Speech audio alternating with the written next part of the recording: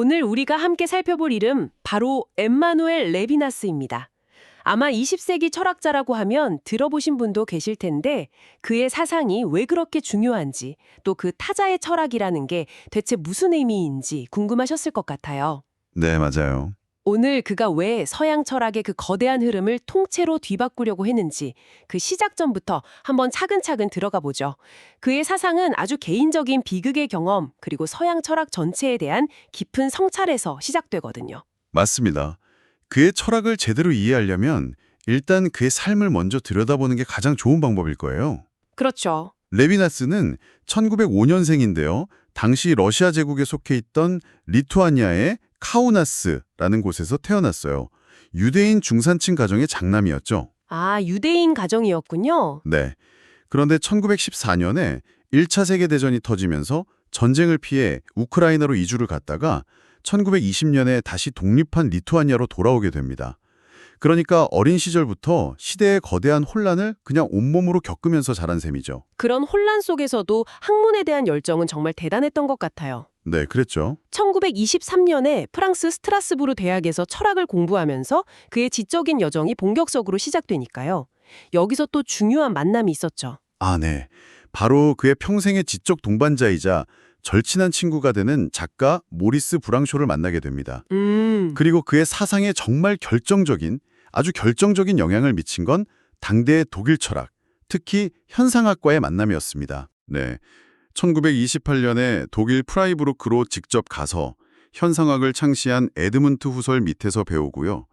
또 후설의 뒤를 이은 마르틴 하이데거의 세미나에도 참석하면서 깊은 영감을 받아요. 아, 그 전설적인 두 철학자를 직접 만난 거군요. 그렇죠. 대단한 경험이었을 겁니다. 그리고 이 경험을 바탕으로 1930년에 프랑스의 후설의 사상을 아주 체계적으로 알린 첫 책, 후설 현상학에 나타난 직관 이론을 발표하면서 학계의 이름을 알리기 시작했죠. 학문적으로도 성공가도를 달리고 또 1939년에는 프랑스 시민권을 취득하고 프랑스군에 입대도 하고요. 어떻게 보면 프랑스 사회의 일원으로서 단단하게 뿌리 내리고 있었던 것 같은데 맞아요. 안정적인 삶을 꾸려나가고 있었죠. 바로 그때 그의 삶과 철학을 말 그대로 송두리째 바꿔놓을 거대한 비극이 유럽 대륙을 덮칩니다. 바로 나치즘의 대두와 제2차 세계대전이었습니다. 사실 레비너스는 이미 1934년에 히틀러주의 철학에 대한 몇 가지 성찰이라는 글을 썼어요. 아, 전쟁이 터지기 전부터요? 네. 거기서 나치즘이 단순히 어떤 정치적인 광기가 아니라 서구 문명 전체의 아주 근원적인 문제와 연결된 위험한 사상이라는 걸 이미 꿰뚫어보고 있었던 거죠. 통찰력이 대단했네요. 그렇죠. 그리고 전쟁이 터지자 그는 프랑스군 장교로 참전했지만 1940년에 독일군에게 포로로 잡혀서 장교 포로수 용소에 수감되고 맙니다. 이 시기에 겪은 고통은 정말 상상조차 하기 어려울 것 같아요. 철학자로서뿐만 아니라 유대인이었기 때문에 더욱 가혹한 환경에 처했을 테고요. 네, 말할 것도 없죠. 그리고 무엇보다도 리투아니아에 남아있던 그의 부모님과 두 남동생이 모두 나치 수용소에서 학살당하는 그 끔찍한 비극을 마주해야 했죠. 이 경험이 그의 철학적 사유의 방향을 완전히 틀어버리는 계기가 된 거군요. 정확합니다. 전쟁과 죽음의 공포, 그리고 홀로코스트라는 인류 역사상 유례가 없는 그 극한의 체험은 레비나스에게 이런 질문을 던지게 만들었어요. 대체 무엇이 잘못되었는가? 그리고 그는 그 답을 정치나 경제가 아니라 서양 철학의 전통 그 자체에서 찾으려고 했습니다. 바로 존재론이라는 철학의 근본에 대해 아주 근본적인 의문을 품게 된 거죠. 존재론이요? 네. 그는 서양 철학의 역사를 전체성, 토텔리티의 철학이라고 규정하면서 아주 신랄하게 비판하기 시작해요. 전체성. 바로 이 개념이네요. 보내주신 자료들에서도 계속 반복해서 등장하던 그 단어인데 솔직히 조금 어렵게 들리거든요. 레비나스가 비판했던 서양 철학의 전체성은 구체적으로 어떤 의미일까요? 쉽게 말해서요. 서양 철학이 고대 그리스부터 쭉 이어져 오면서 개별적이고 구체적인 존재들보다는 보편을, 그리고 눈앞에 생생한 현상보다는 그 뒤에 숨어있는 본질을 더 중요하게 여겨온 경향을 가리켜요. 아하. 모든 것을 하나의 거대한 체계나 개념으로 묶어서 이해하고 설명하려는 시도라고 볼 수 있죠. 예를 들면 인간이라는 보편적인 개념을 설정하고 당신과 나, 그리고 저 사람의 아주 고유한 차이와 특수성은 그냥 그 인간이라는 개념 아래로 활환시켜버리는 사유 방식인 거예요. 잠깐만요. 그 말씀은 그러니까 나쁜 정치인이 철학을 나쁘게 이용했다 이런 수준이 아니라 우리가 합리적이라고 배워온 그 생각의 방식 그 자체가 폭력적일 수 있다는 뜻으로 들리는데요. 이건 훨씬 더 근본적인 비판이네요. 맞습니다. 바로 그 지점이에요. 레비나스는 바로 그 지점을 파고들었어요. 그는 나치 수용소의 그 거대한 가스실이 바로 그 전체성의 철학이 낳은 필연적인 결과라고 봤어요. 필연적인 결과요? 네. 개별적인 생명의 고유함, 그 무엇과도 바꿀 수 없는 한 사람 한 사람의 가치를 무시하고 아리아인이라는 전체의 이름 아래 혹은 국가라는 전체의 이름 아래 모든 것을 말살하려 했던 그 폭력성. 그것이 바로 서양 철학이 오랫동안 추구해온 보편과 전체의 논리가 현실에서 가장 끔찍하게 구현된 모습이라는 거였죠. 아, 그럼 플라톤부터 해겔까지 이어지는 그 서양 철학의 위대한 전통이 그 논리의 끝에 가스실을 예비하고 있었다는 말인가요? 이건 정말 무서운 주장인데요. 무서운 주장이죠. 하지만 레비나스는 진지하게 그렇게 믿었어요. 나와 나의 이해를 세계 중심에 놓고 모든 다른 존재들, 즉 타자들을 나의 인식체계 안으로 끌어들여서 파악하고 분류하려는 시도. 이게 바로 서양 철학의 핵심적인 태도였거든요. 이런 태도는 결국 타자를 나의 일부로 만들거나 아니면 내가 이해할 수 없는 부분은 제거해버리는 폭력으로 이어질 수밖에 없다고 본 거예요. 타인의 고유한 다름을 인정하는 게 아니라 나라는 전체성 안으로 동화시키려는 욕망이니까요. 알겠습니다. 비판은 알겠는데 그럼 대안이 있어야 하잖아요. 모든 걸 부수기만 할 수는 없으니까요. 그 폐허 위에서 레비나스는 무엇을 세우려고 한 건가요? 그는 평화의 철학을 기획했습니다. 그리고 그 철학의 가장 핵심적인 출발점에는 존재보다 앞서는 것, 바로 타자, the other와의 만남이 있었어요. 타자와의 만남. 네. 전통적인 서양 철학이 나, 즉 자아와 나는 무엇인가, 존재란 무엇인가 이런 질문에서 시작했다면 레비나스는 그 철학의 순서를 완전히 뒤집어 버립니다. 완전히요. 네. 윤리를 모든 철학의 안치서는 가장 근원적인 제일 철학으로 내세우는 거죠. 윤리가 제일 철학이다. 이 말이 그의 사상을 관통하는 하나의 선언처럼 들리네요. 네, 아주 혁명적인 선언이죠. 이 말은 내가 존재를 인식하고 나는 누구인가를 묻기 이전에 우리는 이미 내 앞에 있는 타자와의 윤리적 관계 속에 놓여 있다는 뜻이에요. 철학은 고독한 사색에서 시작되는 게 아니라 타자와의 구체적인 만남에서 시작된다는 거죠. 아, 그리고 이 만남은 얼굴과 얼굴, 페이스 투 페이스의 마주침을 통해 이루어집니다. 여기서 얼굴은 그냥 우리가 생각하는 눈, 코, 입이 있는 그 생김새를 의미하는 건 당연히 아니겠죠? 레비나스에게 얼굴은 어떤 특별한 의미를 갖나요? 아주 특별한 의미를 가져요. 레비나스에게 얼굴은 나의 개념이나 시선으로 온전히 파악하거나 소유할 수 없는 타자의 고유하고 무한한 차원을 드러내는 통로예요. 통로요? 네. 우리가 어떤 사람의 얼굴을 볼 때 그저 대상으로서의 그를 보는 게 아니라는 거죠. 그 얼굴은 그 자체로 우리에게 말을 걸어요. 특히 얼굴은 그 연약함과 무방비함을 통해서 살인하지 말라는 절대적인 명령을 우리에게 전달한다고 말합니다. 솔직히 얼굴이 살인하지 말라고 명령한다는 말은 좀 비현실적으로 들리기도 하거든요. 현실에서는 얼굴을 마주하고도 끔찍한 일들이 벌어지잖아요. 네, 그렇죠. 레비너스는 그 부분을 어떻게 설명했나요? 아주 좋은 질문입니다. 레비너스도 그걸 몰랐던 게 아니에요. 그는 이 명령이 어떤 물리적인 힘이 아니라 윤리적인 저항이라고 설명해요. 타자의 얼굴은 나를 향해 총을 겨누지 않잖아요. 그렇죠. 오히려 벌거벗혀진 줄로 아무런 방어 없이 나에게 노출되어 있죠. 바로 그 극도의 연약함이 나로 하여금 내 안의 살인 충동을 부끄럽게 만들고 나의 폭력적인 자유를 문제 삼게 만든다는 거예요. 아, 그러니까. 즉, 타자의 얼굴 앞에서 나는 더 이상 내 마음대로 모든 것을 할 수 있는 자유로운 존재가 아니라 그의 생명에 대해 책임을 져야 하는 존재가 된다는 거죠. 이것은 뭐 법이나 계약 이전에 인간으로서 가장 원초적으로 발생하는 윤리적 부름인 겁니다. 그렇군요. 그러니까 윤리라는 게 나의 자유로운 선택의 문제가 아니라 타자의 얼굴이 나에게 부과하는 피할 수 없는 부름에 대한 응답이라는 거네요. 바로 그거예요. 책임이라는 개념이 여기서 굉장히 중요해지는군요. 맞아요. 그리고 그 책임은 철저히 비대칭적입니다. 이게 레비나스 윤리학의 가장 독특하고 또 급진적인 지점이죠. 비대칭적이다. 네. 보통 우리는 책임을 상호적인 것, 기브앤테이크 알기로 생각하잖아요. 내가 해준 만큼 돌려받는. 하지만 레위나스는 아니라고 말해요. 내가 타자에게 무한한 책임을 지는 것은 그에게 무언가를 돌려받기 위해서가 아니라는 거죠. 타자는 나에게 아무런 빚도 지지 않습니다.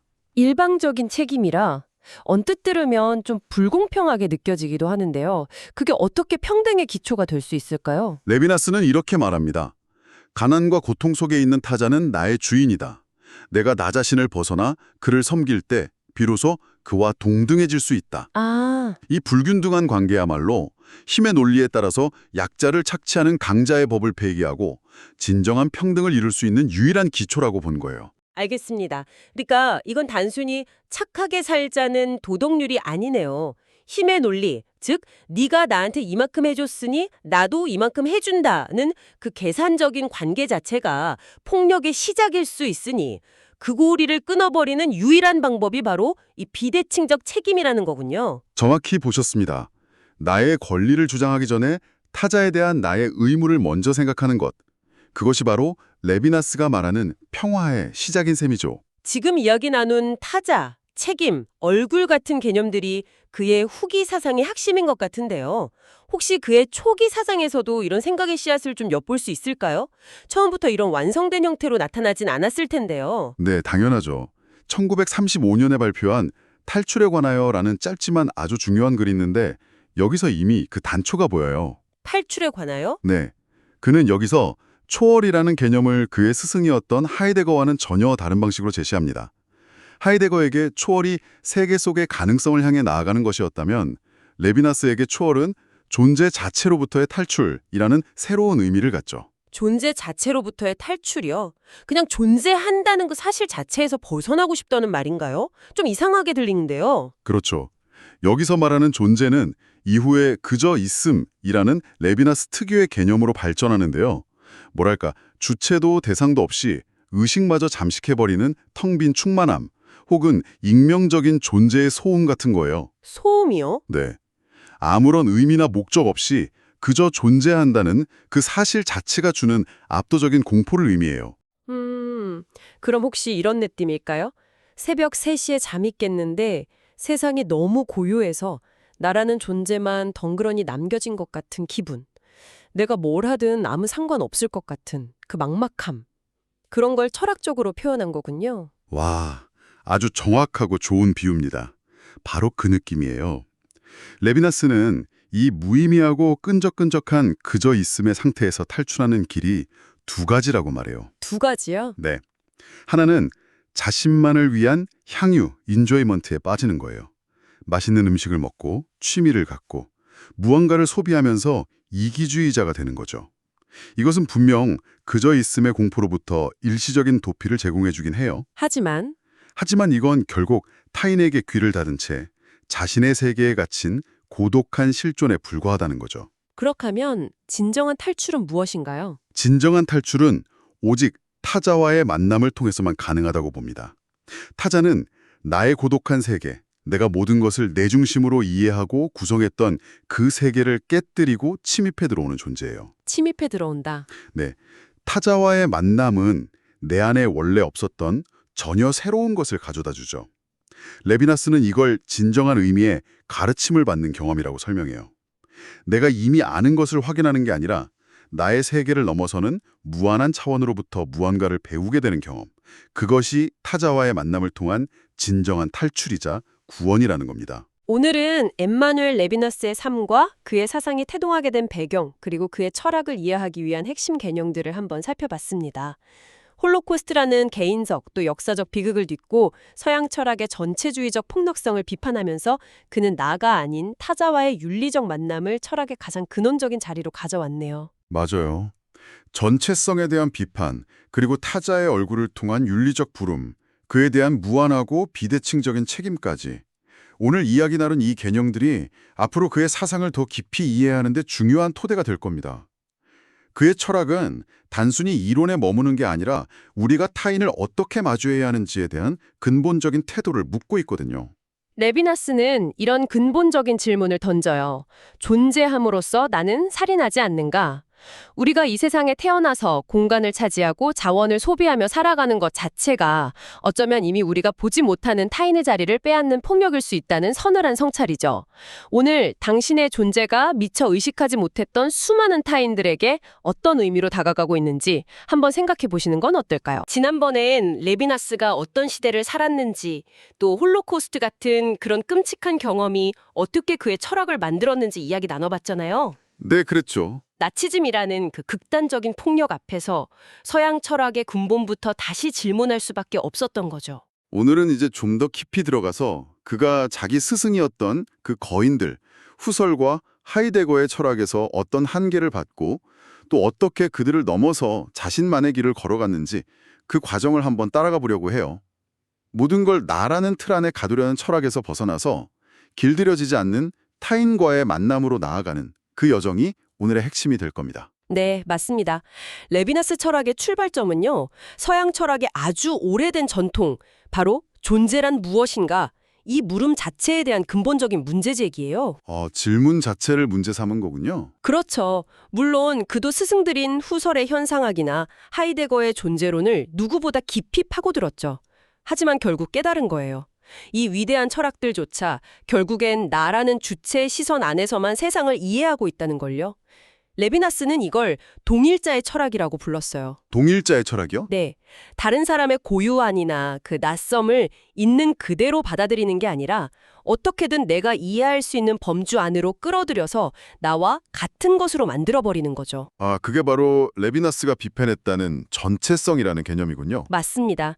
이 전체성, 토탈리티란 개념이 바로 그 타인의 다름을 지워버리는 일종의 지적인 폭력이 될 수 있다고 본 거죠. 그래서 오늘 우리는 이 전체성이라는 아주 견고한 성벽을 레비나스가 과연 무엇으로 깨트리려고 했는지, 그리고 어떻게 모든 철학의 시작점을 윤리적 관계로 옮겨놓게 되었는지 그의 초기 사유를 따라가면서 좀 자세히 들여다볼까 합니다. 스승의 철학을 비판하면서 자기 철학을 시작한다는 게 참 인상적인데요. 근데 그 후설이나 하이데거의 철학이 구체적으로 어떻게 전체성의 철학이라는 건지 조금 더 쉽게 설명해 주실 수 있을까요? 네네. 모든 걸 나의 관점에서 본다는 게 이게 실제로 어떤 의미인지가 궁금하거든요. 아주 중요한 포인트예요. 서양 철학은 기본적으로 내가 세상을 어떻게 보는가, 여기서 출발해요. 네. 모든 걸 내 머릿속 지도에 넣고 이해하려는 거죠. 레비나스는 바로 이 행위, 그러니까 타인을 내 지도에 끼워 맞추려는 그 시도 자체가 폭력일 수 있다고 본 겁니다. 아하. 예를 들어 스승인 후설 철학의 핵심은 모든 의미는 나로부터 시작된다는 거거든요. 나로부터요? 네, 내 의식이 무언가를 향해야, 즉 내가 보고 생각해야 비로소 세상이 나에게 의미를 갖는 거죠. 하이데거도 비슷해요.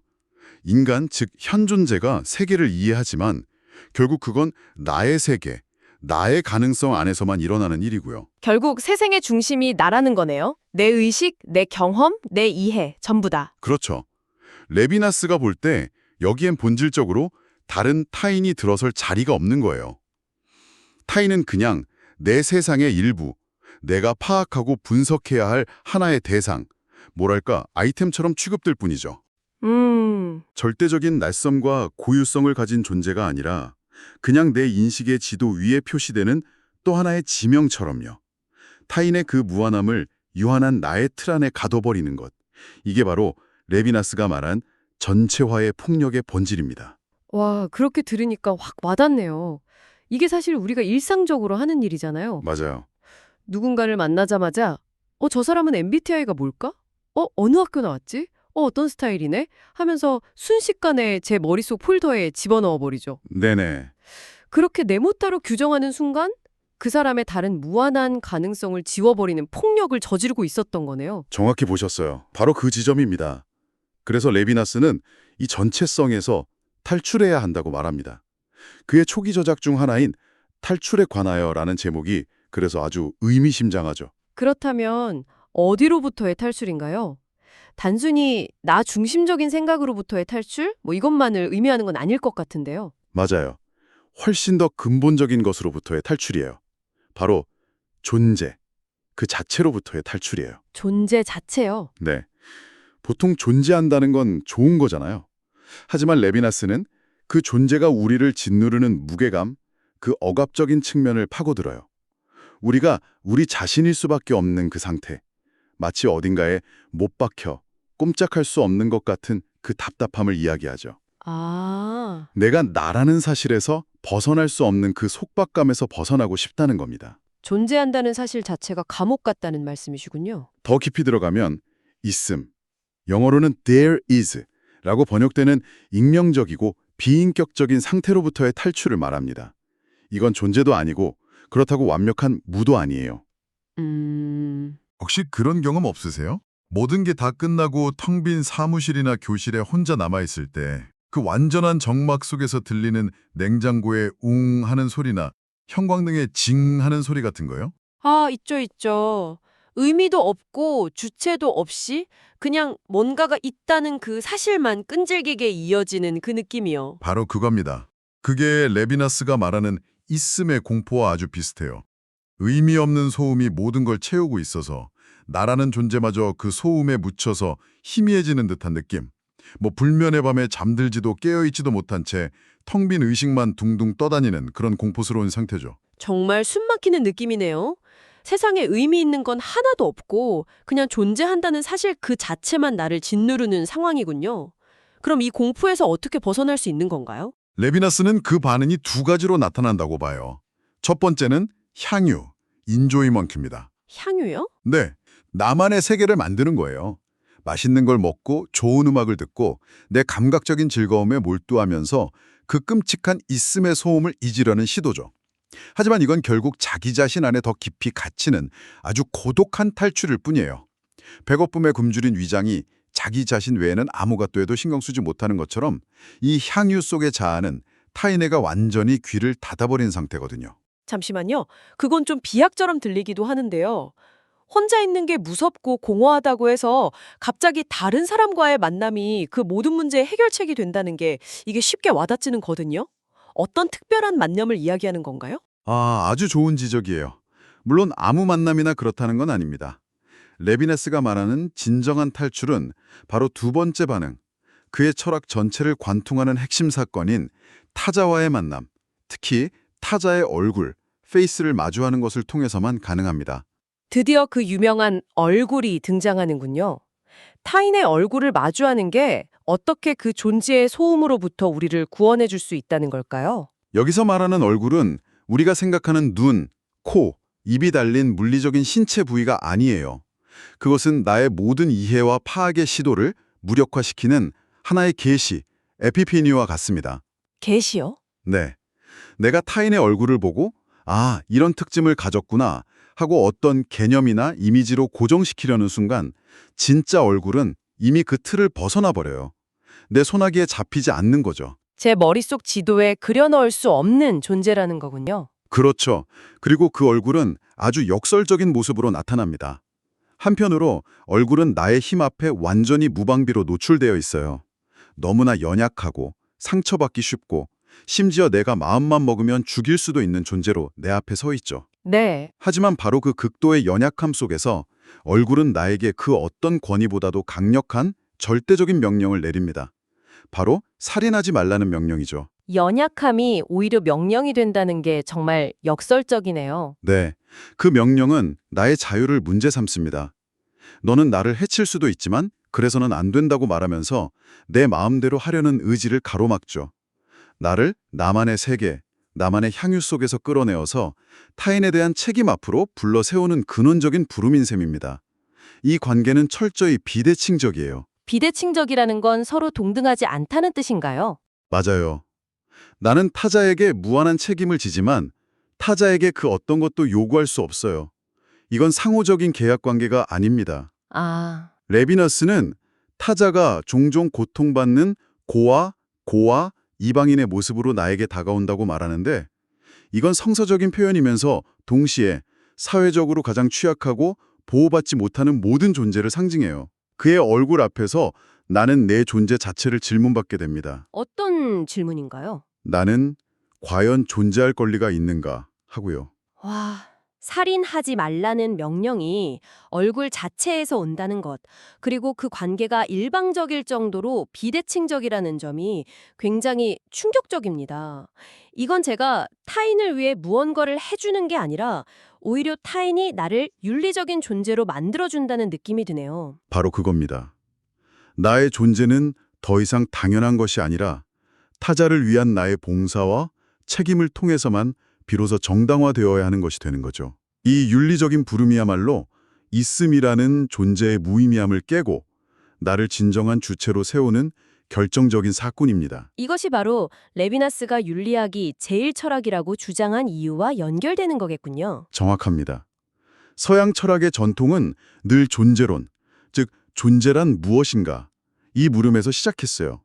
세상과 존재의 본질을 다 파악한 다음에야 인간관계나 윤리를 논할 수 있다고 본 거죠. 네네. 하지만 레비나스는 이 순서를 완전히 뒤집어 버립니다. 타자와의 윤리적 만남이야말로 다른 모든 사유와 경험의 근원이 되는 가장 첫 번째 사건이라는 거예요. 그러니까 제가 저 사람을 존재하는 무언가로 인식하기도 전에 이미 윤리적인 관계가 시작된다는 말씀이시군요. 네. 내가 타자의 얼굴을 마주하고 그의 고통에 대한 책임을 느끼는 것은 내가 그를 분석하고 판단하기 이전에 일어나는 일입니다. 타자에 대한 책임은 나의 이성적인 판단이나 그래, 내가 도와줘야지 하는 선택의 결과가 아니라 나에게 갑자기 부과된 피할 수 없는 부름이에요.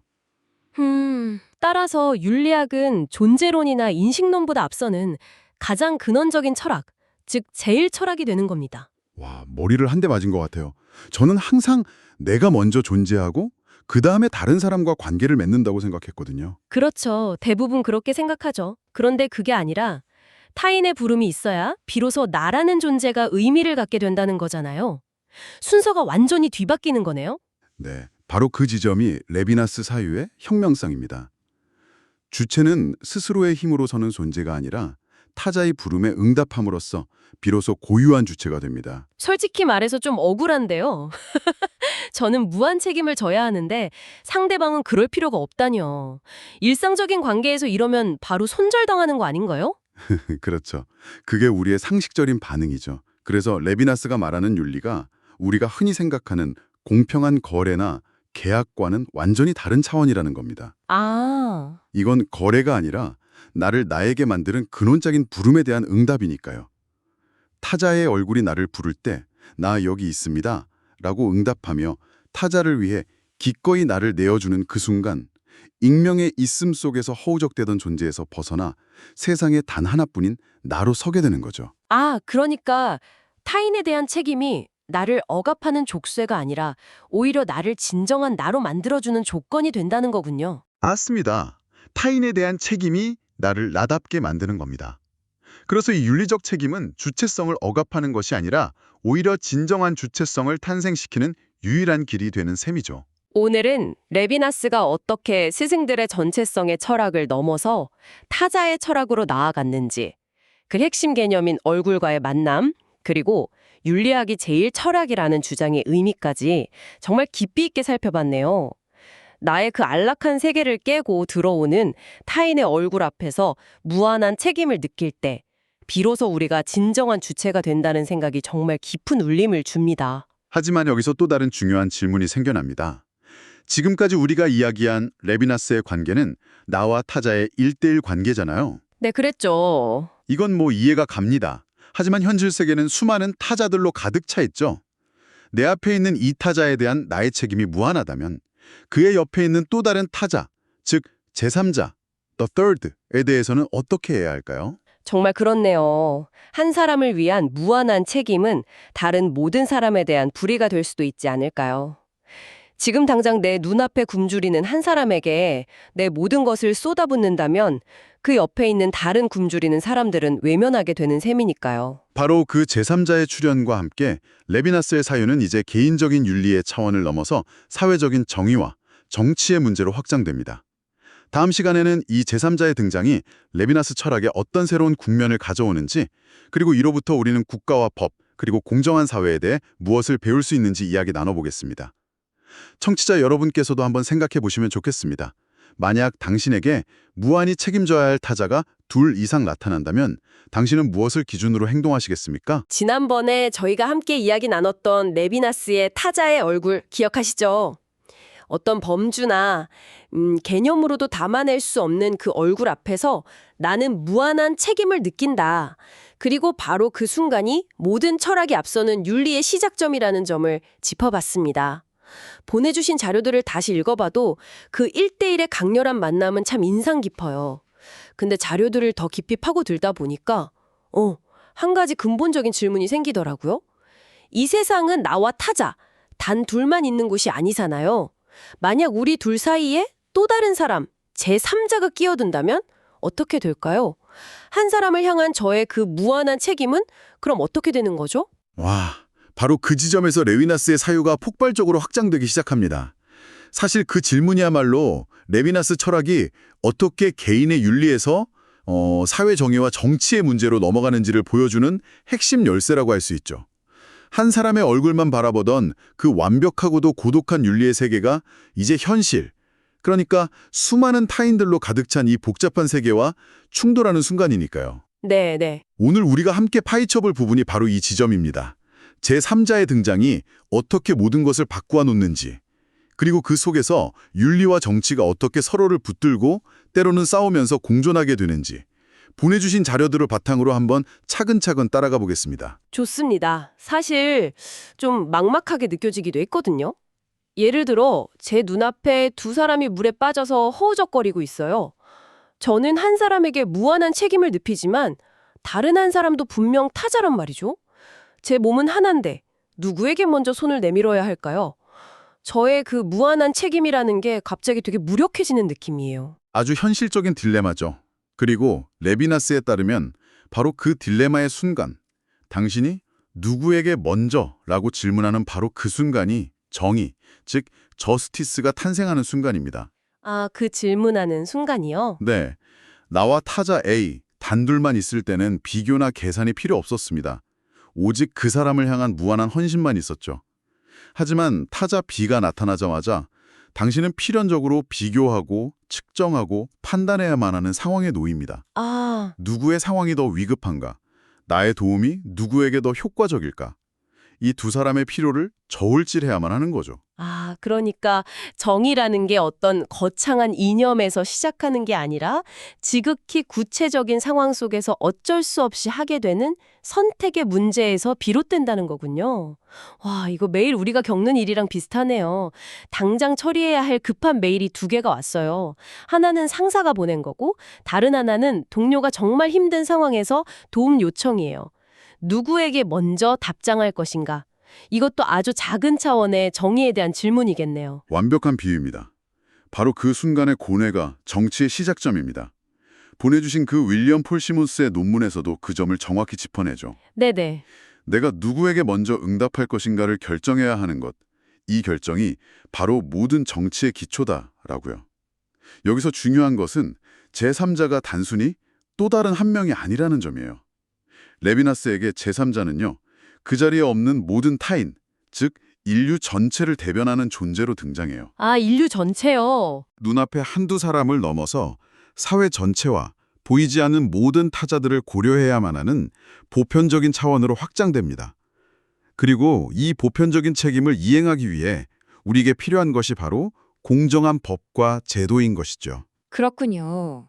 타자를 향한 그 순수한 유리적 마음이 제3자를 만나는 순간 필연적으로 정치적인 지혜와 판단을 요구하게 되는 거군요. 그런데 여기서 좀 걱정이 되는 부분이 있어요. 그럼 결국 개인적인 책임감이나 윤리는 이런 보편적인 법과 제도로 대체되어 버리는 건가요? 따뜻했던 인간적인 관계가 뭐랄까 차가운 시스템의 논리 속으로 사라져 버리는 것처럼 들리기도 하는데요.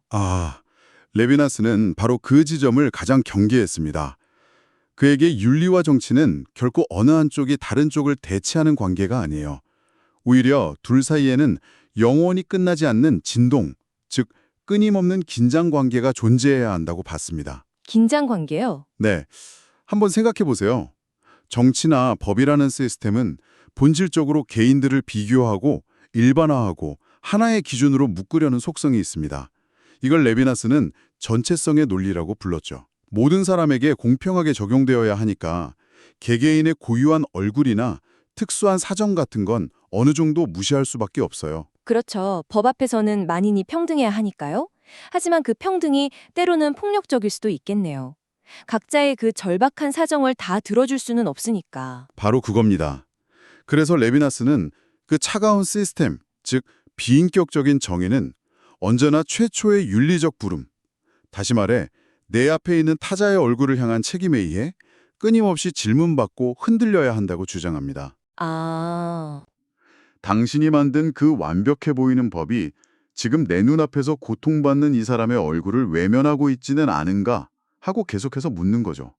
이 긴장이야말로 우리 사회가 전체주의라는 괴물에게 잡아먹히지 않고 인간성을 유지하게 하는 유일한 동력이라고 본 겁니다. 와, 그건 정말 중요한 통찰이네요. 시스템이 개인을 잊지 않도록 윤리가 계속해서 브레이크를 걸어주는 역할이군요. 그렇다면 인권 같은 개념은 어떻게 봐야 할까요? 인권이야말로 가장 보편적인 제도로 보이는데요. 좋은 질문입니다. 레비나스는 자유주의 국가가 보장하는 인권과 같은 제도 속에 윤리적 책임의 흔적이 남아있을 수 있다고 봤어요. 타인의 권리를 존중해야 한다는 우리의 약속이니까요. 하지만 여기서 레비나스는 한 걸음 더 나아가서 우리 생각을 완전히 뒤집어 버립니다. 그는 인권이란 본질적으로 내가 나의 권리를 주장하는 데 있는 게 아니라 타인의 권리 앞에서 내가 무한한 책임을 지는 데 있다는 겁니다. 정치와 제도는 결국 타자의 얼굴에서 시작된 그 최초의 윤리적 부름에 응답하기 위해 존재하는 것이지 그 자체가 목적이 될 수는 없다는 선언인 셈이죠. 이 윤리와 정치 사이의 아슬아슬한 줄타기가 정말 흥미롭습니다. 그의 초기 저작인 전체성과 무한의 핵심이 바로 이 부분인 것 같군요. 그런데 보내주신 자료들을 보면 후기 주저인 존재와 다른 것에서는 이 책임의 개념이 훨씬 더 뭐랄까 과격하고 근본적인 형태로 나타나는 것 같아요. 맞습니다. 그 긴장 관계를 계속 파고들다 보니까 레비나스 스스로도 주체와 책임의 개념을 더 깊이 파고들어야만 했던 것 같아요. 전체성과 무한에서 나라는 주체는 적어도 타자의 부름에 응답할지 말지를 선택할 수 있는 존재처럼 그려집니다. 네, 그쵸. 하지만 존재와 다른 것에서 주체는 그런 선택의 여지조차 없어요. 타자에 대한 책임에 의해 나의 존재 자체가 구성되는 훨씬 더 수동적이고 연약한 존재로 묘사되죠. 책임이 나의 선택 이전에 이미 나를 나로 만들어버린 근원적인 조건이라는 겁니다. 책임이 나보다 먼저 있다니 여기서부터는 정말 따라가기가 쉽지 않네요. 특히 대속과 인질이라는 단어가 등장하는데 솔직히 좀 충격적이었어요. 제가 왜 다른 사람의 인질이 되어야 하죠? 제가 선택한 것도 아닌데 말이에요. 이건 너무 과격하게 들립니다. 그렇죠. 일상적인 언어로 보면 거의 폭력적으로 느껴질 정도의 단어들입니다. 하지만 레비나스는 바로 그 충격을 통해 우리에게 무언가를 보여주려고 했던 것 같아요. 여기서 인질이라는 건 우리가 흔히 생각하는 범죄 상황과는 다릅니다. 혹시 아이를 키우는 부모의 마음을 생각해보면 어떨까요? 아, 부모의 마음이요? 네. 부모는 아이를 갖겠다고 선택했지만 그 아이에 대한 책임감의 깊이나 무게는 선택의 차원을 넘어섭니다. 아이가 아프면 대신 아파주고 싶고 아이를 위해서라면 내 목숨까지도 내놓을 수 있죠. 마치 내 의지와 상관없이 아이의 운명에 저당 잡힌 인질처럼요. 레비나스는 바로 그 지점을 파고듭니다. 아, 부모의 그 본능적인 사랑에 빗대어 보니 조금은 이해가 되네요. 그건 논리나 선택의 문제가 아니라 그냥 그렇게 되어버리는 상태에 가까우니까요. 바로 그 상크입니다. 레비나스는 이것이 모든 인간관계의 가장 밑바닥에 깔린 윤리적 구조라고 본 겁니다. 대속도 마찬가지예요. 단순히 누군가를 대신하는 걸 넘어서 그 사람의 고통과 죄까지도 내가 짊어지는 것을 의미합니다. 레비나스는 타인의 빵을 내 입에서 꺼내어주는 행위라는 극단적인 이미지로 이걸 설명해요. 와, 내가 살기 위해 꼭 필요한 것조차 타인을 위해 내어주는 책임. 이처럼 주체는 타자에 대한 책임으로부터 결코 도망칠 수 없고 오히려 그 극단적인 책임을 통해서만 비로소 나라는 고유한 존재가 된다는 것. 이것이 그의 후기 사상의 핵심입니다. 우리의 존재 자체가 타인을 향한 책임으로 빚어졌다는 거군요. 그렇다면 우리가 쓰는 언어 역시 달라져야 할 것 같습니다. 단순히 정보를 전달하는 도구가 아니라 이 책임의 관계를 드러내는 방식이어야 할 텐데요. 정확합니다. 그래서 레비나스는 존재와 다른 것에서 언어를 두 가지로 나눕니다. 바로 말해진 것과 말함이죠. 영어로는 the said와 the saying. 말해진 것과 말함. 네. 말해진 것은 우리가 흔히 언어라고 생각하는 모든 것입니다. 이것은 컵이다. 나는 철학을 공부한다처럼 세상의 대상을 규정하고 정의하고 소통의 내용이 되는 모든 개념과 문장들이죠. 존재의 세계를 명확하게 드러내는 언어입니다. 그럼 말함은 뭔가요? 말해지지 않은 말이라는 건가요? 말함은 그런 내용이 담기기 이전에 타자를 향해 나 자신을 열어 보이는 순수한 행위 그 자체입니다. 예를 들어 우리가 누군가와 약속을 한다고 상상해보죠. 내가 내일 꼭 도와줄게 라는 문장은 말해진 것입니다. 내용이죠.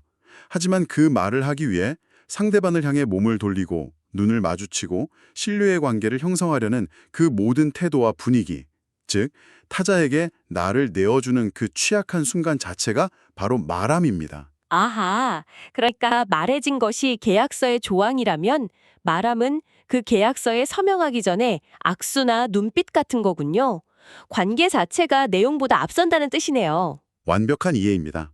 그래서 레비나스에게 진정한 윤리는 말해진 것이라는 고정된 내용 안에 있는 게 아니라 말함이라는 끊임없는 관계와 응답의 과정 속에 있습니다. 문제는 말해진 것이 항상 이 생생한 말함의 관계를 배반하고 딱딱한 개념 속에 가둬버리려는 경향이 있다는 거죠. 하지만 말함은 그 틈을 비집고 들어와 끊임없이 말해진 것을 흔들고 질문합니다. 그리고 이 모든 윤리적 관계의 가장 깊은 곳에 레비나스는 아주 신비로운 개념 하나를 놓아둡니다. 바로 그 있음이라는 개념이죠. 일레이세이트. 영화로는 히네스라고도 번역되던데 프랑스어 3인칭 대명사 일에서 따온 정말 독특한 단어예요. 신을 말하는 것 같기도 한데 직접적으로 신이라고 부르지는 않고요. 네, 그 있음은 신적인 것의 좌취나 흔적에 가깝습니다. 우리가 결코 마주하거나 파악할 수 없지만 타자의 얼굴을 통해 우리에게 다가와 명령하고 우리를 책임으로 부르는 저 너머의 어떤 것, 절대적인 타자성을 가리키는 말이죠. 그런데 여기서 정말 흥미로운 지점이 나타납니다. 기억하시죠? 제3자의 등장으로 나 역시 다른 타인들로부터 공정한 대우를 받아야 할 필요가 생겼잖아요. 네, 그랬죠. 레비나스는 바로 이 그 있음 덕분에, 즉 이 신적인 차원 덕분에 나 또한 정의의 대상이 될 수 있다고 말합니다. 잠깐만요. 그건 좀 의외네요. 타자를 위한 무한 책임만을 이야기할 줄 알았는데 나 자신도 보호받을 수 있는 근거를 여기서 찾는군요. 그렇습니다. 나의 무한한 책임이 일방적인 자기 파괴나 순교로 끝나지 않도록 하는 안전장치인 셈이죠. 그 있음이 나를 포함한 모든 타자들을 동등하게 바라보고 있기 때문에 나 역시 다른 타자들과 마찬가지로 공정한 대우를 받을 자격이 생긴다는 논리입니다. 이는 유대교 사상가 마이모니데스의 신을 안다는 것은 무엇을 해야 하는지를 아는 것이다 라는 말과도 깊이 연결됩니다. 아, 결국 신이나 그 있음을 안다는 건 어떤 초월적 존재의 속성을 파악하는 게 아니라 바로 지금 여기서 타자를 위해 정의를 실현하는 구체적인 실천을 통해 드러난다는 뜻이죠. 오늘 이야기를 정리해보니 레비나스는 타자를 향한 나의 무한한 책임이라는 순수한 윤리와 또 여러 타자들 사이에서 공정함을 찾아야 하는 정치적 정의의 요구, 그 영원한 긴장 속에서 살아가는 것이 우리의 조건이라고 말하는 것 같네요. 어느 한쪽으로 편안하게 안주할 수 없도록 계속해서 우리를 흔들어 깨우는 철학인 것 같습니다. 맞습니다. 한 사람의 얼굴에만 집중하면 사회 전체를 보지 못하게 되고 사회 전체의 시스템만 생각하면 눈앞에 한 사람을 잊어버리게 되죠. 레비나스는 우리에게 그 둘 사이의 아슬아슬한 외줄 위에 서 있으라고 요구하는 겁니다. 그렇다면 마지막으로 이런 질문을 던져보고 싶네요. 이 거대하고 때로는 비인격적인 사회 시스템의 논리와 바로 내 앞에 있는 단 한 사람의 얼굴이 지닌 고요한 호소 사이에서 당신의 삶은 지금 어느 쪽에 더 가까이 서 있나요? 그리고 그 긴장을 어떻게 살아내고 계신가요? 지난번엔 우리가 레비나스의 얼굴 개념을 이야기했었잖아요. 네, 타자와의 마주침에 대해서요. 네. 타인의 얼굴을 딱 마주하는 그 순간 나의 자유보다 그 사람에 대한 책임이 앞선다는 그 아주 강렬한 윤리적 부름. 그런데요. 보내주신 자료들을 쭉 읽어보면서 딱 한 가지 질문이 계속 맴돌더라고요. 어떤 질문이었나요? 좋다. 한 사람에 대한 그 무한 책임은 이제 알겠다. 근데 세상은 나와 너 이렇게 단 둘만 있는 게 아니잖아요. 그렇죠. 만약에 여기에 제3의 인물이 끼어들면 이 무한 책임은 대체 어떻게 되는 걸까? 이 1대1의 윤리가 어떻게 사회 전체의 정의라는 문제로 넘어갈 수 있는가? 이 지점이 제일 궁금했습니다. 아, 바로 그 지점이 레비나스 철학이 현실의 복잡함 속으로 직접 뛰어드는 아주 극적인 전환점이라고 할 수 있습니다. 극적인 전환점이요? 네, 레비나스는 제3자, 프랑스어로는 르띠엘라는 개념을 통해서 이 문제를 정면으로 돌파하거든요. 나와 타자, 이 둘만의 강렬하고 어떻게 보면 좀 내밀했던 관계에 제3자가 등장하는 그 순간 이 윤리의 풍경 전체가 완전히 바뀌어버립니다.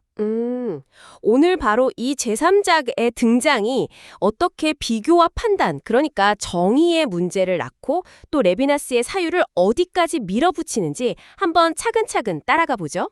제3자의 등장이라 상상만 해도 머리가 좀 복잡해지네요. 그렇죠. 마치 길가에 쓰러진 한 사람을 돕는데 정말 온 정신을 쏟고 있는데 바로 옆에서 또 다른 사람이 저 좀 도와주세요 하고 소리치는 상황이랄까요? 네네. 누구 손을 먼저 잡아야 할지 당장 머릿속에서 저울질을 시작해야만 하잖아요. 레비나스는 이 딜레마를 어떻게 풀어가나요? 아주 정확한 비유입니다. 레비나스에 따르면요.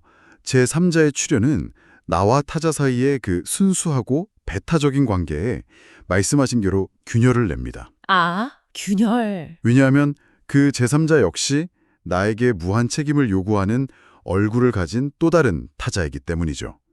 그래서 나는 이전에는 단 한 번도 해본 적 없는 질문을 던질 수밖에 없게 돼요. 어떤 질문이죠? 누구에게 먼저 응답해야 하는가? 그리고 나의 책임은 누구를 향해서 우선순위를 가져야 하는가? 바로 이 질문, 이 비교와 판단의 시작이 이성과 사유, 그리고 정의가 태어나는 순간입니다. 비교와 판단이요? 잠깐만요. 그건 지난번 이야기와는 완전히 결이 다른데요? 그렇죠. 어떻게 다른 것 같으세요? 타자의 얼굴 앞에서는 어떤 계산이나 비교도 없이 무조건적으로 응답해야 한다고 했잖아요. 네, 그렇죠. 그런데 제3자가 나타나자마자 바로 계산을 시작해야 한다니. 이건 뭐랄까 일종의 타협이나 후퇴처럼 들리기도 하는데요. 핵심을 정확히 짚으셨네요. 이건 단순한 변화가 아니고요. 레비나스에 따르면 일종의 필연적인 배신입니다. 배신이요. 네, 첫 번째 타자에 대한 그 순수하고 무한했던 책임을 어쩔 수 없이 다른 타자와 비교하고 제한해야 하니까요. 하지만 역설적이게도 이 배신이 없으면 정의도 없습니다. 아, 정의라는 건 본질적으로 여러 타자들 사이에서 나의 책임을 분배하고 순서를 정하는 일이니까요. 이 결단이야말로 정치의 가장 근본적인 행위라고 레비나스는 말합니다. 왜 우리에게 보편적인 법과 제도가 필요한지를 보여주는 거죠. 1대1 관계에선 나와 너만 있었지만 제3자가 등장하면서 비로소 우리라는 공동체의 문제가 시작되는 겁니다. 그렇군요. 그럼 그 정의라는 시스템이 결국 원래의 그 순수한 윤리적 관계를 그냥 대체해버리는 건가요? 어쩔 수 없이? 그 뜨거웠던 책임감이 차가운 시스템 속에서 희석되는 것처럼 느껴져서요. 대체라기보다는 영원한 긴장 관계에 놓인다고 보는 게 훨씬 정확합니다. 긴장 관계. 레비나스는 이 관계를 마치 시계추가 왔다 갔다 하는 진동, 즉 오실레이션에 비유했어요. 한쪽 끝에는 개별적인 타자의 고통스러운 얼굴에 대한 무한 책임, 즉 윤리가 있고요. 다른 한쪽 끝에는 모든 사람을 공평하게 대해야 한다는 정의와 정치가 있는 거죠. 그 둘 사이를 계속 왔다 갔다 하는 거군요. 그렇죠. 제도로서의 정치는 보편성을 추구하지만 자칫하면 규칙 뒤에 숨어서 눈앞에 고통받는 얼굴을 외면하는 폭력이 될 수 있습니다. 그래서 정치는 항상 최초의 윤리적 부름, 즉 타자의 고유한 얼굴에 대한 그 무정부적인 애날키컬한 책임감에 의해 끊임없이 질문받고 또 비판받아야만 한다는 겁니다. 레비나스가 정치는 그 자체로 내버려두면 윤리적으로 오래가지 못한다고 경고한 이유가 바로 여기에 있죠. 그 긴장감이라는 말이 확 와닿네요. 시스템이 개인의 얼굴을 잊지 않도록 윤리가 계속해서 말을 걸어야 한다는 거군요. 바로 그겁니다. 이 지점에서 레비나스의 고민이 더 깊어졌을 것 같아요. 보내주신 자료들을 보면 그의 후기 주저인 존재와 다른 것에서 이 책임의 문제를 훨씬 더 파고들던데요. 맞습니다. 존재와 다른 것에서 레비나스는 이 책임이라는 개념을 정말이지 인간 이성의 한계 끝까지 밀어붙입니다. 네. 그리고 이 후기 사상을 이해하는 가장 중요한 열쇠가 바로 언어를 두 가지 차원으로 나누어 보는 시각이에요. 바로 말해진 것, 르 디트, 그리고 말함, 르 디르입니다. 말해진 것과 말함이라. 단어는 비슷한데 느낌이 완전히 다르네요. 그렇죠. 말해진 것은 그 이름 그대로 이미 말이 되어버린 것. 그러니까 의미가 확정된 개념이나 명제, 시스템을 가리킵니다. 아, 지식이나 정보 같은 것들이요? 네, 법조항 같은 것들도 해당되죠. 세상을 이해하기 쉽게 범주화하고 고정시키는 역할을 해요. 반면에 말함은 그런 의미가 고정되기 이전에 훨씬 더 근원적인 차원입니다. 타자를 향해 나 자신을 그냥 열고 드러내는 그 순수한 행위, 그 자체를 뜻하거든요. 일종의 윤리적 퍼포먼스라고 할 수 있죠. 예를 들어서 제가 만약에 연설문을 준비해서 그 내용을 발표한다면 그 연설문의 텍스트 자체는 말해진 것이겠네요. 네, 그렇죠. 그리고 청중 앞에서 조금은 떨리는 목소리로 시선을 마주치면서 나를 드러내는 그 연설 행위 자체가 말함이 되는 거고요. 아주 좋은 출발점이에요. 거기서 딱 한 걸음만 더 나아가 볼게요. 네. 말함의 핵심은 단순히 말하는 행위가 아니라 그 행위에 담겨있는 취약성과 노출입니다. 취약성과 노출. 네, 어떤 의미가 전달되기도 전에 여기 제가 있습니다. 당신의 말을 듣겠습니다. 라고 나 자신을 무방비 상태로 내어놓는 바로 그 순간. 그것이 바로 말함의 윤리적 핵심입니다. 레비나스는 정의나 법 같은 말해진 것의 시스템이 폭력적인 전체주의가 되지 않으려면 언제나 이 말함의 윤리성, 즉 고통받는 타자를 향해 자신을 여는 그 순수한 책임감에 의해 비판받아야 한다고 봤어요. 그리고 이 책임을 설명하기 위해 훨씬 더 극단적인 개념을 가져옵니다. 바로 대속, substitution이죠. 대속이요. 그 대신 희생한다는 뜻 아닌가요? 굉장히 종교적인 용어인데. 맞습니다. 잠깐만요. 자료에 인질이 된다는 표현도 있었던 것 같아요. 이건 정말 급진적인데요. 그렇죠. 내가 원하지 않아도 타인에게 사로잡힌 존재라는 거잖아요. 솔직히 좀 불편하고 위험하게까지 들립니다. 네, 불편하고 위험하게 느끼시는 게 당연합니다. 어쩌면 레미나스가 의도한 바이기도 하고요. 아, 대속은 타인에 대한 책임이 너무나 근원적이어서 마치 내가 그의 자리에 대신 서는 것, 그의 죄까지도 내가 대신 짊어지는 인질이 되는 것과 같다는 의미입니다. 이건 저의 이성적인 선택이나 결단을 훨씬 뛰어넘는 차원의 이야기예요. 그는 이 상태를 모성적 신체의 이미지로 설명하기도 해요. 내 입에 빵을 떼어서 굶주린 아이에게 주는 어머니처럼 타자를 위해 존재하는 순수한 겪음으로서의 신체. 이것은 책임이란 머리로 계산하는 게 아니라 거의 본능적이고 신체적인 수준의 헌신이라는 걸 보여주죠. 자료의 한 비평가가 지적했듯이 아주 논쟁적이지만 동시에 강력한 이미지입니다. 와, 책임의 차원이 정말 상상을 초월하네요. 그런데 이렇게 나를 온전히 내어주는 책임이 일방적이기만 하다면 저는 완전히 소진되고 말 거예요. 그렇죠. 그 문제가 생기죠. 이건 거의 자기 파괴적인데요. 레비나스는 여기에 대한 답을 찾았나요? 그 자료에 등장하는 일리테라는 개념이 혹시 이것과 관련이 있을까요? 굉장히 추상적으로 들리던데. 정확합니다. 바로 그 질문, 이 책임은 일방적이기만 한가에 대한 레비나스의 대답이 바로 일리테입니다. 아, 드디어 나왔군요. 네. 일리테는 프랑스어 3인칭 대명사 일, 그러니까 그에서 따온 신조어인데요. 우리 눈앞에 나타난 구체적인 제3자와는 차원이 다른 제3자입니다. 보이지 않는 제3자라고 할 수 있죠. 그것은 타자와의 얼굴 마주침안에 늘 함께하고 있는 어떤 절대적인 타자성, 무한의 흔적, 혹은 신적인 것의 자치를 의미합니다. 눈에 보이지 않는 제3자라 마치 이 윤리적 게임에 보이지 않는 심판 같은 건가요? 나와 타자 그리고 다른 타자들 외에 이 관계 전체를 지켜보는 어떤 원칙이나 더 높은 존재 같은 느낌이네요. 오, 왜 이런 개념까지 필요했던 걸까요? 그 심판이라는 비유가 아주 적절합니다. 이 일리테라는 개념을 통해 레비나스는 두 가지 중요한 문제를 해결해요. 첫째, 윤리적 관계가 그냥 세상 속 흔한 인간관계 중 하나로 격화되는 것을 막습니다.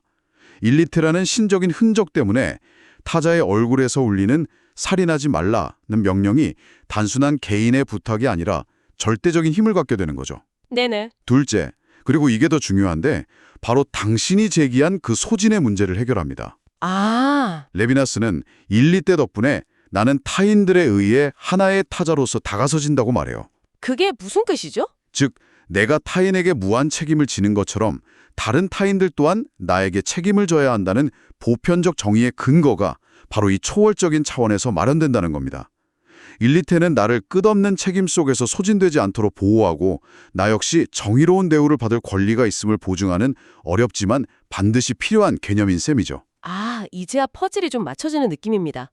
이 모든 복잡하고 추상적인 논의가 결국은 구체적인 삶의 문제와 연결되어 있군요. 그렇죠. 철학은 결국 삶의 문제니까요. 특히 당신이 보내주신 자료들에서 이 레비나스 철학을 교육 현장에 적용한 부분들이 아주 인상 깊었어요. 이 타자와의 만남이라는 게 교실에서는 어떻게 일어날 수 있을까요? 레비나스의 철학은 교육을 완전히 새로운 눈으로 보게 만들죠. 그에게 진정한 가르침이란 단순히 지식, 즉 말해진 것을 학생에게 전달하는 행위가 아니에요. 그럼 뭔가요? 그건 학생, 텍스트, 새로운 사상과 같은 타자와의 윤리적 만남 그 자체입니다. 한 자료의 구절이 이걸 아주 잘 보여주는데요. 무한의 이념을 받아들이는 존재, 스스로에게서 그것을 끌어낼 수 없기에 받아들이는 존재가 바로 가르침을 받는 존재이다. 와, 즉, 배움이란 내 안에 원래 없던 것, 내 세계 일부가 아니었던 진정으로 살아온 타자를 만나는 경험이라는 뜻입니다. 그렇다면 교사의 역할은 단순히 지식을 머릿속에 채워주는 사람이 아니겠네요. 전혀 아니죠. 오히려 학생이라는 존재 자체에 도전하고 그들이 한 번도 만나보지 못한 진짜 타자에게 자신을 열도록 이끄는 사람이 되는 거군요. 바로 그것입니다. 그리고 그 만남은 때로는 아주 불편할 수 있어요. 불편하다고요? 네. 낯선 문화나 전혀 다른 경제적 현실을 다룬 글을 읽는 것처럼 기존의 나를 뒤흔들고 깨트리는 파열, 럽처의 경험일 수 있죠. 따라서 교사의 진정한 역할은 정답을 주입하는 것이 아니라 학생이 이런 윤리적 만남을 경험하고 스스로 주체가 될 가능성을 열어주는 안전하면서도 도전적인 공간을 마련해주는 것입니다. 궁극적으로 그 만남 속에서는 이런 말도 가능해지죠. 진정한 의미의 교사와 학생은 없다. 오직 타자에게 자신을 열어 배움을 구해야 하는 자만이 있을 뿐이다. 아, 가르치는 사람 역시 학생이라는 타자를 통해 배우게 되니까요. 네, 바로 그겁니다. 오늘 이야기를 한번 정리해보면 레비나스의 사유가 어떻게 한 사람에 대한 강렬한 책임감에서 출발해서 제3자의 등장과 함께 정의와 정치라는 복잡한 사회적 문제로 나아가는지를 따라가 봤습니다. 네. 그리고 존재와 다른 것을 통해 그 책임이 인질이 되는 대속의 차원까지 깊어지는 것도 보았고요. 네, 그리고 일리테에라는 초월적 차원을 통해 그 무한한 책임이 자기 파괴로 흐르지 않고 상호적인 정의의 기반이 되는 과정도 살펴보았죠. 마지막으로 이 모든 철학이 가르침과 배움이라는 우리의 구체적인 경험을 단순한 지식 전달이 아닌 타자와의 근본적인 윤리적 사건으로 다시 보게 한다는 점도요. 레비나스는 제3자의 출현이 정의란 무엇인가? 라는 질문의 탄생이라고 말했습니다. 네. 순수하고 무한했던 1대1의 세계에서 어쩔 수 없이 비교하고 계산해야 하는 현실 세계로 넘어오는 순간이죠. 여기서 당신이 계속 곱씹어볼 만한 질문을 하나 남겨드리고 싶습니다. 우리의 삶에서 아주 개인적이고 친밀했던 관계가 규칙이나 법, 제도라는 시스템으로 옮겨갈 때 가족이 회사가 되고 친구 사이에 돈 문제가 얽히는 것처럼요. 우리는 필연적으로 무엇을 잃게 될까요? 그리고 수많은 제3자와 함께 살아가는 이 복잡한 세상에서 레비나스가 철학의 가장 첫자리에 놓았던 바로 그 한 사람의 얼굴? 그 얼굴이 우리에게 보내는 최초의 부름을 어떻게 하면 잊지 않고 계속 살아있게 할 수 있을까요? 지난 시간에 우리는 레비나스 철학의 정말 그 심장부라고 할 수 있는 지점을 다뤘었죠. 바로 타인의 얼굴과 마주하는 순간 내 앞에 있는 단 한 사람에게 무한한 책임을 느낀다는 것, 그게 핵심이었고요. 네, 맞아요. 그런데 세상에는 나와 당신 딱 둘만 있는 게 아니잖아요. 그렇죠. 바로 옆에 세 번째 사람이 나타나고 또 네 번째, 다섯 번째 사람이 계속해서 등장하면 어떨까요? 내 이웃에게도 그 사람만의 또 다른 이웃들이 있으니까요. 아, 바로 이 지점에서 1대1의 순수한 윤리는 이제 수많은 다른 사람들과 함께 살아가는 정의의 문제, 그리고 정치의 문제로 넘어갈 수밖에 없게 됩니다. 그렇군요. 오늘은 바로 그 전환의 과정, 그리고 레비나스의 사상이 교육이나 기후변화 같은 아주 현실적인 문제들에 어떻게 적용될 수 있는지, 또 어떤 날카로운 비판들을 마주했는지, 그리고 마지막으로 그가 우리에게 남긴 진짜 유산은 무엇인지, 그 마지막 여정을 한번 따라가 보려 합니다. 문제가 아주 명확해지네요. 만약 제가 당신에게 무한한 책임을 쥐고 있다면 동시에 저 건너편에 있는 다른 사람에게는 어떻게 해야 하는 걸까요? 모든 사람에게 똑같이 무한한 책임을 진다는 건 사실 물리적으로 불가능하잖아요. 바로 그 딜레마의 순간, 레비나스는 그걸 제3자, 프랑스어로는 르띠아르의 출현이라고 불렀습니다. 제3자. 네, 여기서 제3자의 등장은 단순히 사람이 한 명 늘었다 이런 의미가 아니에요. 윤리적 관계의 판 자체를 완전히 뒤흔드는 사건인 거죠. 판을 뒤흔드는 사건이요? 네. 1대1 관계에서는 비교나 계산 같은 게 없었어요. 그냥 내 앞에 타인에 대한 무조건적인 책임. 그것뿐이었죠. 그랬었죠. 하지만 제3자가 딱 나타나는 순간 저는 질문을 던질 수밖에 없게 돼요. 누구에게 먼저 응답해야 하지? 나의 책임은 어떻게 나눠야 공평할까? 아, 그러니까 비교하고 재고 또 판단해야 할 필요성이 생기는 거군요. 맞습니다. 이게 바로 정의라는 개념이 싹 트는 순간이겠네요. 정확합니다. 그게 바로 의식이 탄생하고 질문이 시작되면서 정의라는 주제가 무대 위로 올라오는 순간인 거예요. 이전까지의 그 직접적이고 비대칭적이었던 관계가 이제는 모두를 고려하는 조정의 과정을 거쳐야만 하는 거죠. 그리고 여기서부터 정치, 즉 제도와 법, 국가의 세계가 시작되는 거고요. 네, 바로 거기서부터요. 그렇다면 레비나스에게 국가나 법 같은 건 윤리를 어쩔 수 없이 타락시키는 뭐랄까 필요악 같은 존재로 보였을까요? 그거 아주 예리한 질문이세요. 레비나스는 이 둘 사이에 끊임없는 어쩌면 영원히 해결 불가능한 긴장이 있다고 봤어요. 긴장이요? 네. 한 사람의 얼굴이 내게 요구하는 그 절대적인 윤리적 명령이 있잖아요. 네. 그것과 다수의 공존을 위해 만들어진 보편적인 정치적 정의, 이 둘 사이의 끝없는 줄다리기 같은 거죠. 물론 국가는 폭력을 통제하고 질서를 유지하기 위해 분명히 필요해요. 하지만 그 과정에서 필연적으로 개개인의 고유한 얼굴을 지우고 시민이라던가 국민 같은 익명의 카테고리로 일반화할 위험을 안고 있죠. 와, 그 말씀은 마치 거대한 시스템이 어떤 법을 하나 만들 때마다 그 법 때문에 고통받을지도 모를 이름 없는 한 개인의 얼굴을 계속해서 돌아봐야만 한다는 뜻처럼 들리네요. 바로 그거예요.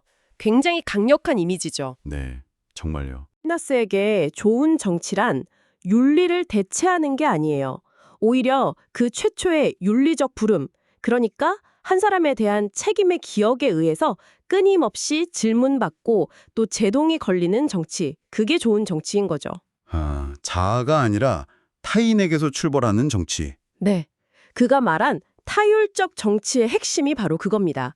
정치는 말하자면 윤리의 숙제를 영원히 풀어야만 하는 그런 존재인 셈이에요. 이 개념이 현실 세계에서 어떻게 작동하는지 좀 더 구체적인 예를 들어보면 좋겠어요. 가령 교육을 생각해보면요. 보통은 교사가 학생에게 지식을 전달하는 과정이라고 여기잖아요. 그렇죠. 보통 그렇게 생각하죠. 그런데 레비나스는 그 생각을 그냥 180도 뒤집어 버립니다. 180도요? 네, 그에게 진짜 가르침, 진짜 교육은 내 머릿속에 정보를 채워넣는 게 아니에요.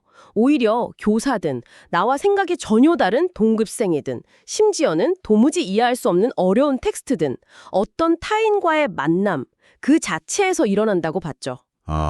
진정한 배움이란 내 안에 원래 없었던 것, 완전히 낯선 무언가로부터 가르침을 받는 경험이라는 겁니다. 흔히 소크라테스가 말한 것처럼 내 안에 이미 있는 진리를 대화를 통해 이끌어내는 그런 삼파술과는 완전히 정반대의 개념이군요. 맞습니다.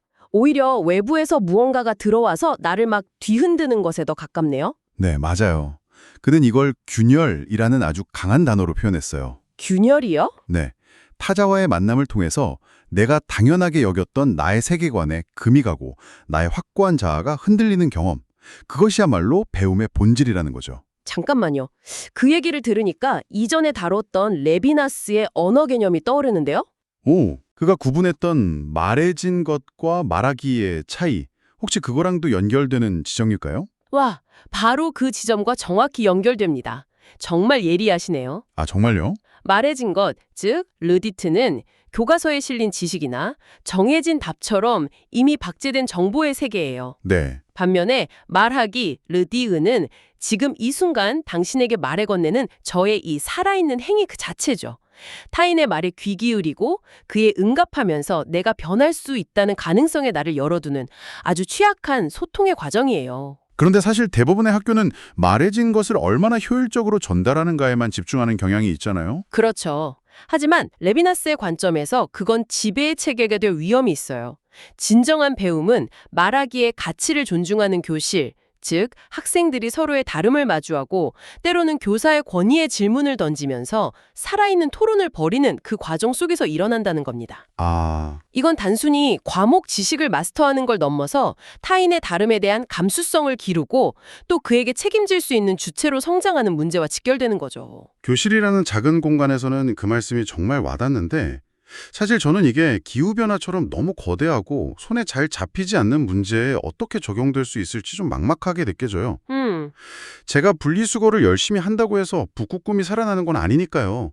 제 개인의 책임이라는 게 너무 작게 느껴지거든요. 그 무력감, 정말 많은 분들이 공감하시는 지점일 거예요. 그리고 바로 거기서 레비나스의 책임 개념이 기존의 도덕관념에 아주 강력한 대안을 제시합니다. 대안이요? 네, 보통 우리는 내가 직접 의도하고 일으킨 피해에 대해서만 책임이 있다고 생각하죠. 이걸 도덕에 대한 개인주의적 설명이라고 부를 수 있어요. 네, 그렇죠. 이 관점에서는 내가 오늘 버린 플라스틱 컵하고 북극곰의 고통 사이의 직접적인 인과관계를 증명하기가 거의 불가능하죠. 너무 멀고 복잡하니까요. 맞아요. 그런데 레비나스는 이 판을 완전히 뒤집습니다. 나의 책임은 내 의도나 행동의 결과에서 시작되는 게 아니라 타인의 고통을 내가 알아차리는 바로 그 순간 이미 시작된다는 겁니다. 아, 인과관계가 아니라 주목이 책임의 출발점이라는 거군요. 바로 그거죠. 그렇다면 제가 의도하지 않았더라도 그냥 제가 여기 존재한다는 이 사실 자체가 문제의 일부일 수 있다는 뜻이네요. 그렇습니다. 그래서 그는 나는 존재함으로써 살인하지 않는가? 라는 아주 급진적이고 불편한 질문을 던져요. 와우. 당신이 지금 차지하고 있는 공간, 당신이 숨쉬는 공기, 당신이 쓰는 자원, 이 모든 것은 어쩌면 다른 누군가에게 돌아갔어야 할 몫일지도 모른다는 거예요. 나의 이 안락한 삶이 사실은 지구 반대편 누군가의 희생 위에 서 있을 수 있다는 자각이죠. 이건 그냥 죄책감을 느끼려는 말과는 좀 다른 차원인 것 같아요. 맞아요. 우리를 죄책감에 마비시키려는 게 절대 아닙니다. 오히려 책임의 범위를 무한히 확장시키려는 거죠. 내 눈앞에 보이지 않는 미래 세대, 멀리 떨어진 나라의 사람들, 심지어 인간이 아닌 다른 생명체처럼 가장 취약한 존재들의 고통에 우리의 감수성을 증폭시키라는 요구예요. 감수성의 증폭? 네.